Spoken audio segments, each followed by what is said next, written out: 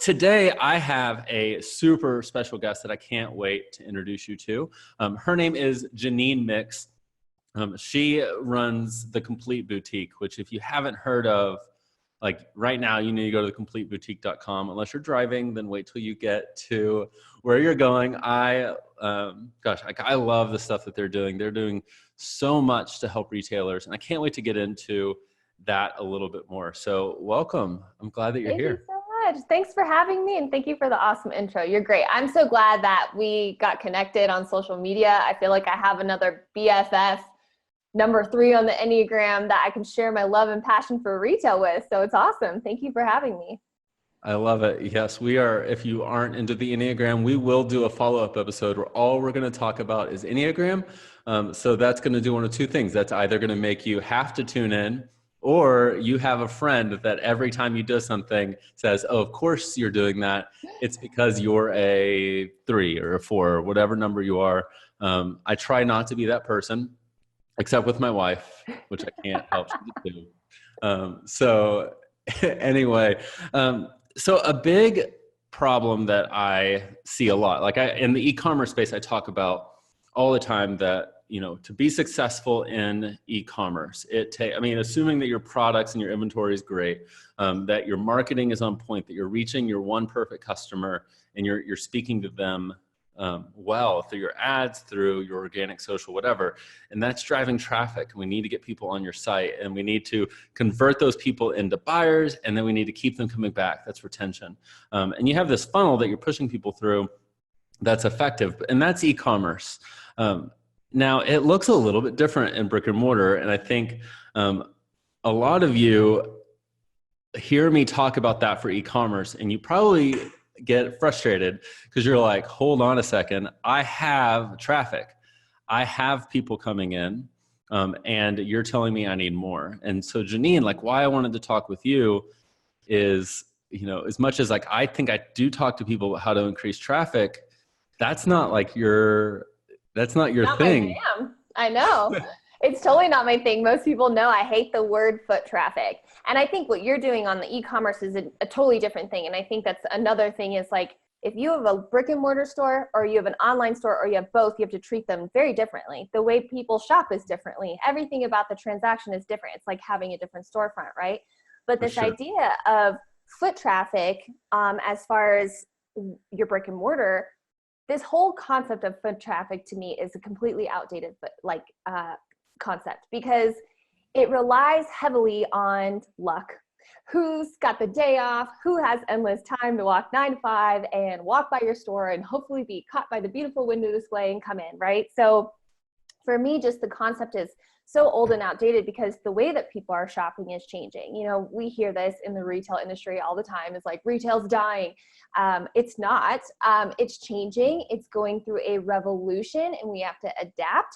But sitting there hoping and crossing your fingers that someone walks into your doors is not the right strategy. I think what you do too is you teach people to drive traffic to the site, right?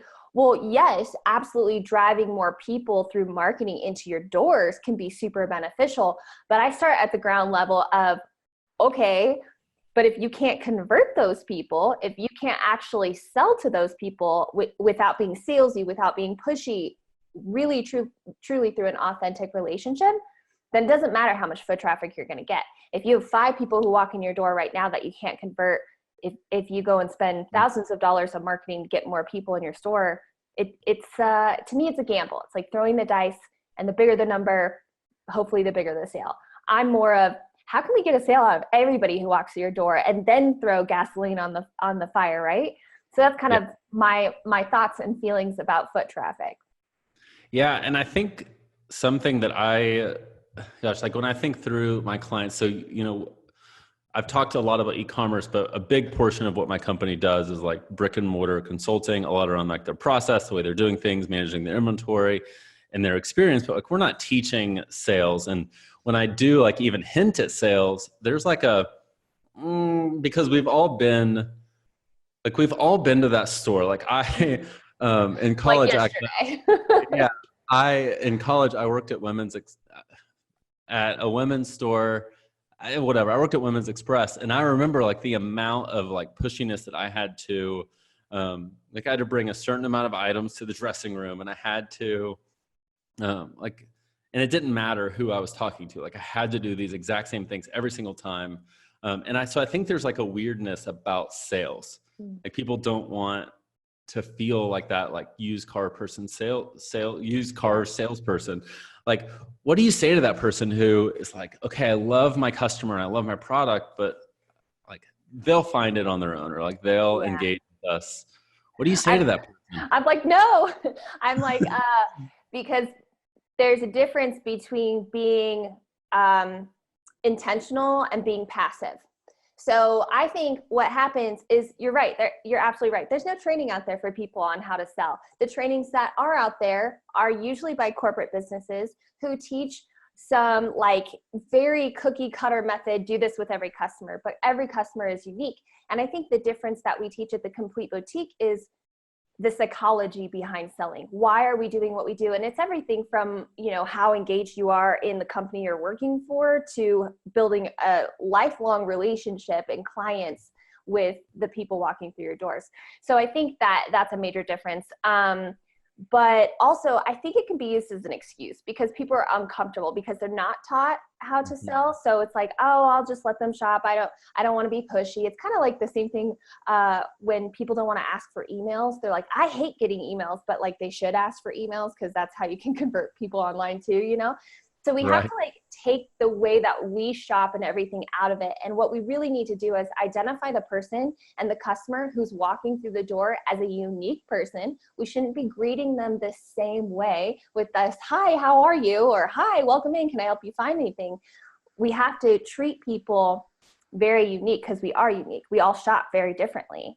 I don't know about you, maybe we're similar, but I'm the kind of shopper who comes in, I want to be acknowledged, but I don't want to be bombarded.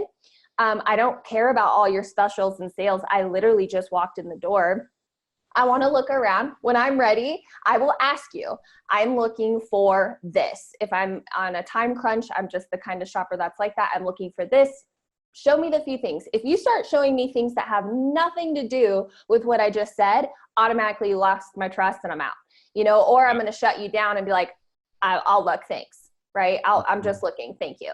And I don't want their help. But the thing is you as a sales associate, you know your product. You should know your product more than anybody. So even though I'm the type of customer who's like, I know what I like, it really shows a lot to me when someone has good product knowledge because they know how it fits. They know if I need to go up or down in a size. They know, you know, like, and that is how you build trust within that too. So the first thing we have to do is, well, the biggest mistake I see retailers make is asking two questions. And that's, can I help you find anything? And are you looking for anything in particular? Oh my gosh. You can go into every store right now, Josh, and you're going to hear that exact phrase. Yeah, 100%. And it drives me insane. But, you know, people don't want to feel pushy. And I think that's like the safe thing to say. So what do you think? How should that look different?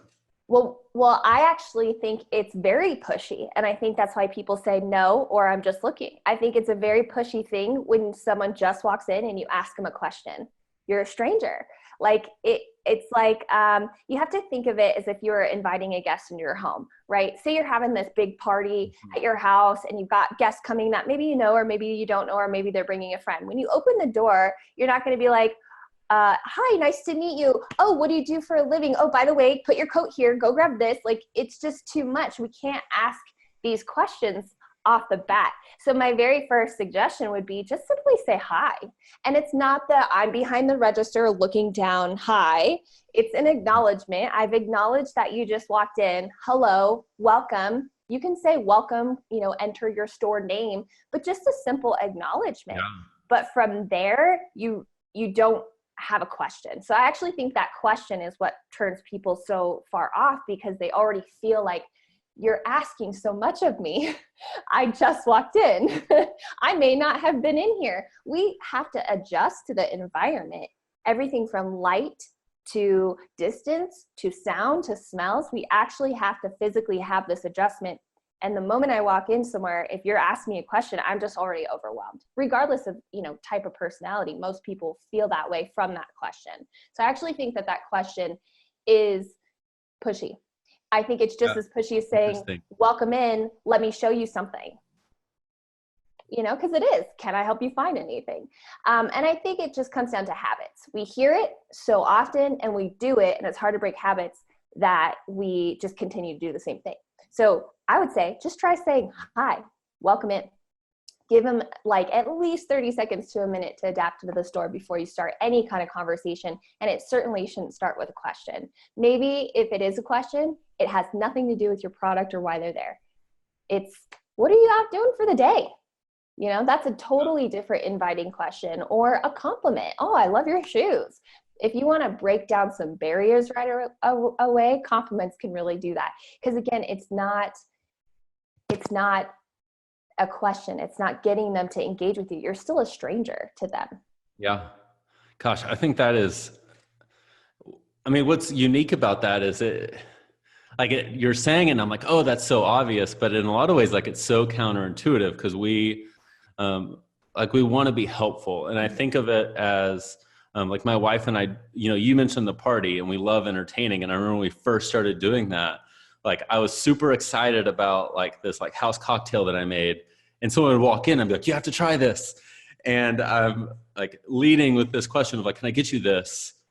And they're like, I haven't put down my coat. What do I do? You're up north, so in Texas, there was no coat to put down, but they haven't stopped sweating from being outside yet. Yeah. And they need a minute to adjust, when it would have been much better for hey, it's so good to see you. Welcome. Mm-hmm. And then eventually it moves on mm-hmm. to something a little more helpful. Mm-hmm. Gosh, so without you have a training yes. online, you obviously you have a product, but you have a free training online that I did and I loved. And there's without giving the whole thing away, because I'd love people to go to it. But you talked about knowing the person and getting an idea of who they are. Yeah. And you use a brilliant analogy in that. Do you mind sharing that? I think that would be so beneficial in helping people identify who are they actually talking to? And then how do we figure that out, especially since we've only just greeted them? Yeah. Yes. Without giving away too much, for sure, go and check out that class. But I love sharing this. This is one of my favorite things. I think about it almost every day, and I'm like, this is so simple and brilliant, and people get it right away. So what it is first of all, people come into anywhere. We're wired as defensive. We're defensive human beings. So mm-hmm. we're already wired with our guard up, someone better not ask me that I'm looking for anything. I just want to walk in, right? So we're already guarded with that. So the ultimate goal is to break that guard. How do we break that guard? Well, the only way we can do that is if we make that person feel comfortable. Who is the person you are most comfortable with? Yourself. Yeah. It's yourself. And so for that example of you getting really excited about your beverage, right? Someone that relates to your personality will be like, this is awesome. I can't wait to try it. Someone who's shy is going to be like, oh my God, I just what am I doing? I got out of my shell and I came out here to come to this party, right? So we have to be able to identify who walks in the door in 7 seconds. It's a very quick thing. And so one of the things that I teach about that is they're either one of 3 personality types. Now, we are much more complicated as human beings. I know this, but it's retail, and you have a very short time with them, a short experience with them to be able to make them feel comfortable. And the way that you can do that is by identifying if they're one of these 3 types of personalities. And that is, are they a lion, a rabbit, or a turtle? So even when you just think about those animals in the wild, I don't have to go into much detail, but when you think about those animals in the wild, they behave very differently. I'll give you that example about myself. I know what I want. I'm very efficient when I shop. I do not go shopping to just wander the stores. I go with an intention. I'm a lion. I'm a very specific lion when I shop. And that's something to recognize too. Maybe you shop different than your personality. We're more intricate than these three things. But when you shop, who are you, and how can the associate, you as the sales associate, the owner of the store, how can you adapt to that personality? So let's just say, what do you think? Actually, I'm curious because you went through the class. What do you think you are when you shop? Are you a lion, Oh, rabbit, I'm or for turtle? sure a lion. I Yeah. know I like, I go in and I'll say hi, like I'm nice. I'm not a jerk about it, Yeah. but I like circle the store. I'm really fast. I don't like look through racks. Like my wife touches everything. I touch nothing Nothing. until I'm like, that might work. And then I will touch, but really just so I can go try it on Yeah. and then get out of the store. Yeah. Get what you came for. What do you think your wife is? Oh, she's the turtle, I Yeah. think. That's funny. My husband's the turtle too. He's actually he doesn't like the time of it, but he's really analytical. And so turtles really like, maybe you mentioned, I assume she was a turtle because you mentioned she likes to touch everything. Turtles are like that customer who will literally walk in your store and they'll go around and look at everything and then they'll do it again a second time. And then they Yeah. might leave and then they'll come back 2 weeks later and remember exactly what they came in for. So we have to recognize these personalities because we're all unique and different. So if you and I are a lion and we're on the sales floor and a turtle comes in, what do you think? Like, and I just say, hi, welcome in. Can I help you find anything? I start off with my confidence, right? That turtle's gonna be like, oh my God, I'm scared, I'm gonna be eaten. And they're out. And I think that you can literally, anybody listening to this right now, you can literally in your head think of customers under these three categories. You could probably, if you keep track of your clients, start writing they're a lion, they're a rabbit, they're a turtle, because what that should do is change the way you behave with them. If a turtle walked in, I am going to still be confident, but I'm going to totally change my energy and how I approach that customer. I'm certainly not going to beeline walk right to them, right? Because again, a turtle's going to go in their shell. Let's say that they're a rabbit. If a rabbit walks in, they're high energy. It's going to take me effort because I'm a nice person too, but I'm not typically super chit chatty when I shop. But rabbits are. So I'm going to take time to chit chat before I jump into the product, where a lion's going to be like, no, I want to go to the product right now. Show me what I need. So if we can identify who's walking in the door to ultimately let their guard down, we can service them in a completely different way than I know people are doing right now. We're doing the same thing with the same people, and that's with our personality. And most likely we're having a lot of success with the personality types that are ours, that we relate to. And that's when we're like, we had such a good sale. That was awesome because you related. But if we can't adapt, and this isn't mimicking, mockery, this isn't like making fun of people's personalities. It's just simply doing certain psychological things in your tone of voice, how you move, everything to make them feel comfortable. And ultimately that's what you want them to do. And then when they're comfortable, then when you ask, well, what brings you in today? And they're like, well, I was looking for a dress for a wedding. Awesome. Guess what? Their guard's down and now I know exactly. Now, do I all of a sudden change my energy and start showing them I still recognize their personality, and how I show them product will still match that personality. If I were to take a turtle into a fitting room and bombard their fitting room with tons of clothing all over, right? All these things that they didn't even say they wanted, they're going to be so overwhelmed. They may not even try anything on. The people I'm talking about, because it's the people that maybe you threw a bunch of stuff in the fitting room and then they didn't try it on. They didn't try it on because it's all perfectly still hung up, because they're so overwhelmed and they just maybe wanted that one thing. And I think ultimately why people don't do this is because owners are constantly breathing down the neck of sales associates, like, go help that person. Why aren't you helping them? Like, well, because I already recognize they're a turtle. I already said hello. I already welcomed them in. It doesn't mean you say hello and walk behind and do your task and ignore them. Again, it's not about being passive. You have to be intentional. But it's that you're adjusting to that person's way of shopping differently. And so as owners, if you're listening to this, like, there has to be, definitely go through the training, but there has to be a level of, not everybody should be treated the same. Not everybody should be talked to the same with the same conversation. That it's just habits, because we're all different and unique. So Gosh, that reminds me, your thing with the dressing room reminds me of a funny story where I was out with my wife and her parents. And I don't remember why, like this was before we lived in Houston, so we were visiting them. And we were like at a Mexican restaurant right next to a Nordstrom Rack. And so I asked to go into Nordstrom Rack. And my father-in-law, for some reason, agreed. Like he hates shopping. The way that they do everything is that my wife like buys stuff, takes it home, he tries it on, and then she returns what he doesn't like. Otherwise, he's perfectly content to wear things that are 20 years old. Yeah. Which is so funny. So we're in Nordstrom Rack and he finds a pair of pants that he's like, oh, I like these. I'm going to go try them on. My mother-in-law sees it and literally like within 5 minutes comes in with a stack, like I'm holding my hands like 12 inches apart, a stack, and throws it over the door and is like, hey, can you just try these on? He quit trying on the pants, put his outfit back on. And it was like, hey, we should just go. Mm-hmm. He was so overwhelmed because he is the turtle and she's like the rabbit, mm-hmm. You know, just like she's hopping like, around. oh boy, my husband's trying on stuff. This is my opportunity to get him to wear all the things I want. And I can throw out his old shirts and the ripped up jeans, right? Like she's just so excited, yeah. But he's a turtle. And maybe she should have taken that opportunity to just nurture the one pair of jeans.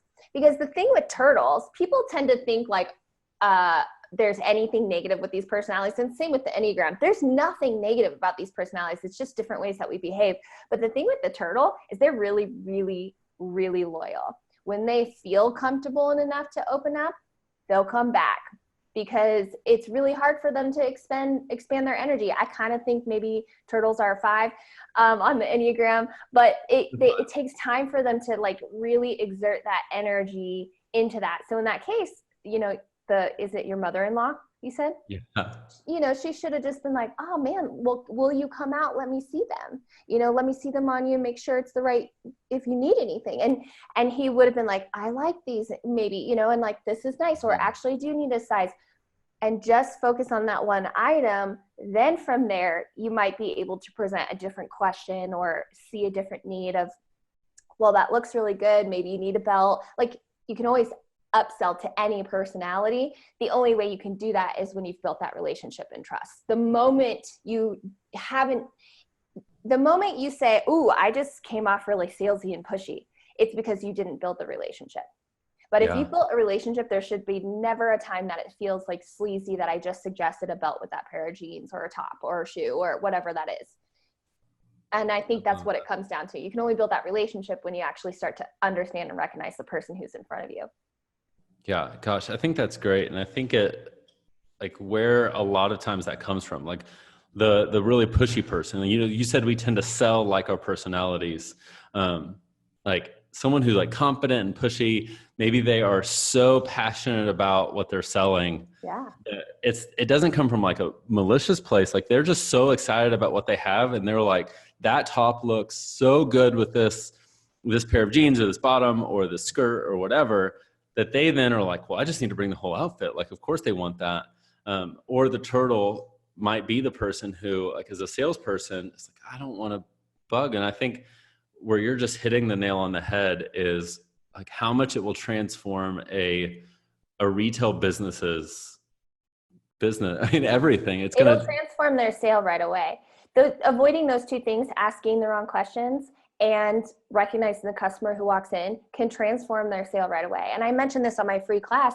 A woman was taking my class. She was on the sales floor, as many retailers are, and she had to stop like halfway through. And so she just was like, you know what? I have nothing to lose. I'm just going to try this technique differently. I'm going to approach this customer differently than I normally would. She made a $2,400 or $2,500 sale.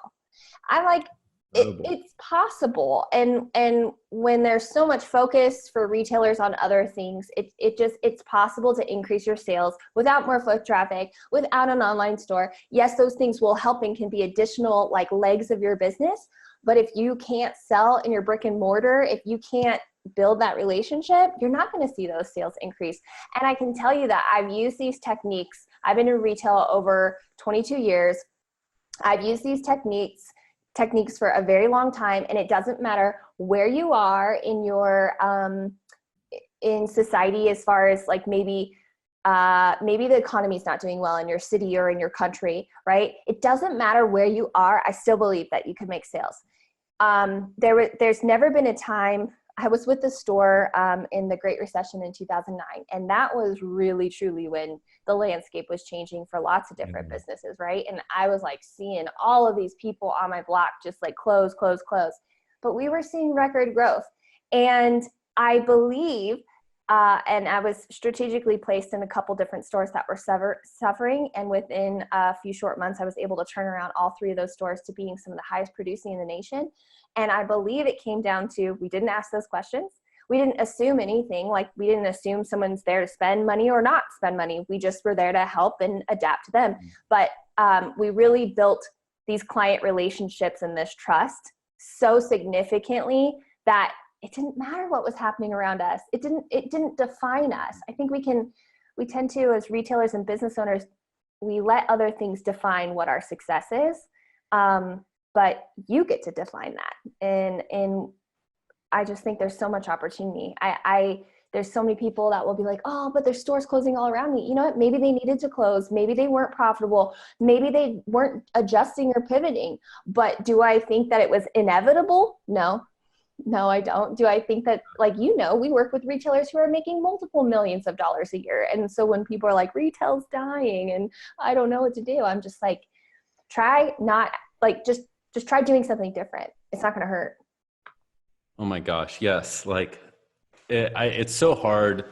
I go into like 2 different kinds of businesses. Like, let's assume that things aren't going well. And normally that's going one of 2 directions. And this is actually, I think, planned for next week's podcast. So if you're listening to this way in the future, then you can just go to the next episode and it's all going to make sense. But it goes one of 2 directions. It either goes to someone who blames external things. It's the economy, the weather. It's my salespeople, my team. This vendor just, I was really trusting them and they went downhill, and they don't accept responsibility. And then the other, and these are the people that, now that I've been in this long enough, like 7, 8, 9, 10 years ago, I was hearing this, and the ones that are now doing well are the ones that said, okay, but what if this? Like, what if I did this? What if I did this? Okay, this part clearly wasn't working. They were willing to look inside and say, okay, well, what can I change and what can I do different? And like, if you're hearing this and you're hearing the 3 things and that idea resonates, I can't encourage you enough. I did Janine's training and I thought it was so good. And her free training, you can, if you're on YouTube, that will be linked below. If you are listening to the podcast, we'll put that in the show notes. But you can get to it at thecompleteboutique.com. And what I love about the free training is that there's so much value packed into it. And she'll talk about like a full program that you can go through. And I love those, but even if you just attend the free training, I think the value that you get will be incredible. And you can take those things and just from that training, be able to take, like, even just listening to this, like, you can take those 3 things and think, okay, how could I reframe my strategy with those 3 things? And you could literally, like, just from this episode, rework a ton. But your training takes that a step further. And, your program, the thing that I love about those is you could take the free training, you can take those ideas and implement them. And I truly believe there's so many free resources out there that you can do. What I love about programs is, to me, they take you like 2 years down the road of learning the mistakes that you otherwise would have made. And so I know you're not here to like sell your program or anything. Like, before we were recording, you were like, I just want to talk about retail. Like, that's all I want to do. Like, retail or the Enneagram or both. That's all I want to do is talk about that.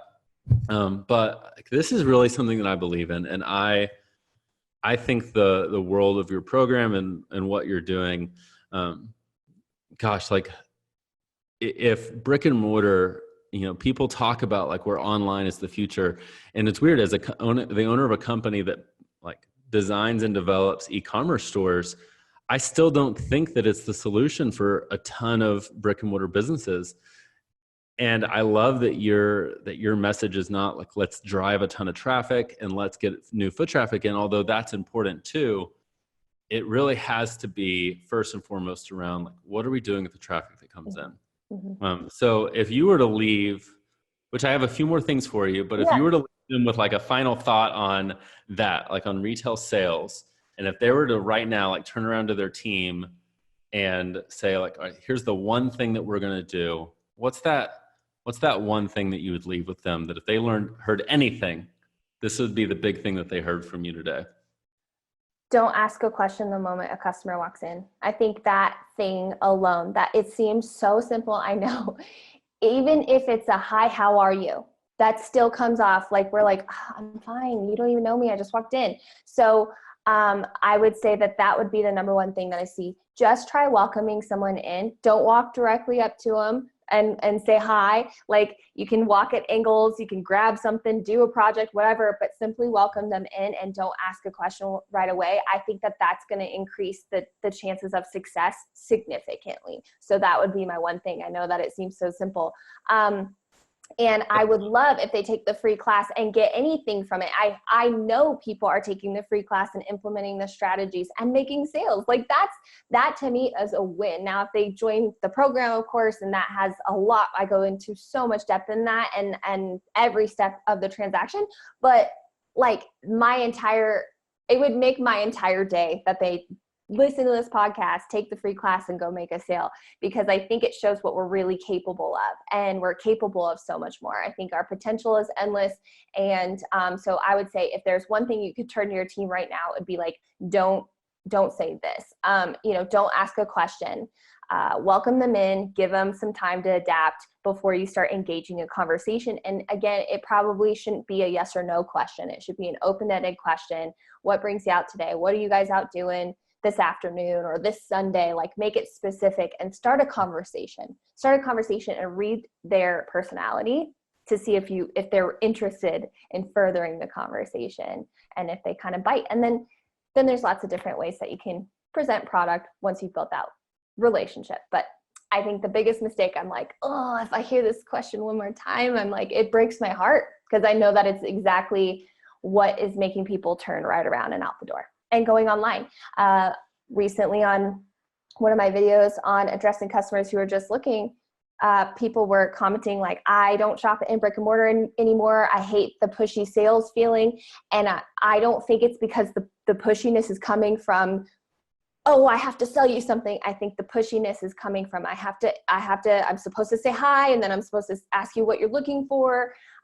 There's one store in particular here in my town, and it's a nationwide store, but every section has a person dedicated, and you will walk by every single section and they'll say the same thing. You find everything okay? All of these things are just, we spew out because we're supposed to make contact with the customer, but that's not the way we do it. We're like, yes, we're finding everything. And then you'll walk like 10 feet into the next section. Are you finding everything okay? And then you just want to leave. So I think people are fed up with the inconvenience, and they're fed up with that feeling that the convenience of online is more desirable, even though I don't think the experience online can at all touch what you can do for someone in a store. So yeah, that would be my advice. I think that is fantastic. So, gosh, if you're listening to this, I hope, first that you can begin to think through what this looks like for your store. But again, you can go check her free training out. It's at thecompleteboutique.com. The word "the" is in front of that, or "the" is in front of that. But it's thecompleteboutique.com, and it's also linked below and in the show notes. Before we go, I'd love for you to highlight, you have a new podcast. I do. Yeah, That's I'm awesome. so excited. Tell us about it.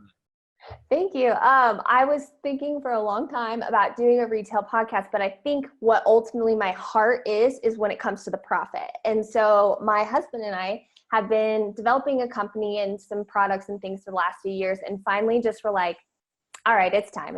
So it is called Our Money Life, and we talk about how to open your financial potential so that you can make big income and big impact. I really think that money is that discussion we don't talk about, right? It's like, you don't talk about sex, politics, religion, sports, right? Like, but we should talk about money. It's something that we're all spending most of our majority of our day working towards or paying off or whatever that looks like. And so this is how my husband and I have decided to kind of start the launch of that, was just to start sharing our conversation of what we've learned. And we have multiple businesses, we invest in real estate. And so it's just a great platform to have a real money talk, but a different money talk too. One that isn't just, you have to cut out your coffees, you have to pay, only use cash out of envelopes. It's a different conversation. We believe that debt is using debt can be an incredible asset if used correctly, and money can be an incredible tool if used correctly. So that's sort of the things that we share on the podcast. Thanks so much for letting me share that. Yeah. And where can people find that? Our Money Life. So they can get that anywhere. We're on iHeartRadio, iTunes. Gosh, there's so many. I don't even know. There's like 7 platforms. I didn't even know. I'm like, isn't it just all on iTunes? I had no idea. And then we'll have a website up soon. We're just revamping it right now, and it will be ourmoneylife.com. Cool. So if you're listening in the future, you can go to ourmoneylife.com, or you can just search for it in whatever you're listening to this podcast on. We'll also link that below. So I hope that you check that out. And again, if you at all are interested in increasing sales without having to worry about increasing your foot traffic in your store, I can't recommend this training enough. Like, I even changed some of the way that I'm doing consulting with my businesses, with my clients after that training. I got so much from it, and I'm like one of the expert people. So thank you for the work that you put into that. So that's at thecompleteboutique.com. Next week, I can't wait for you to join us. But again, Janine, thank you for being here. I'm so grateful for you. So thanks for tuning in, and I'll see you next week. Have a good one.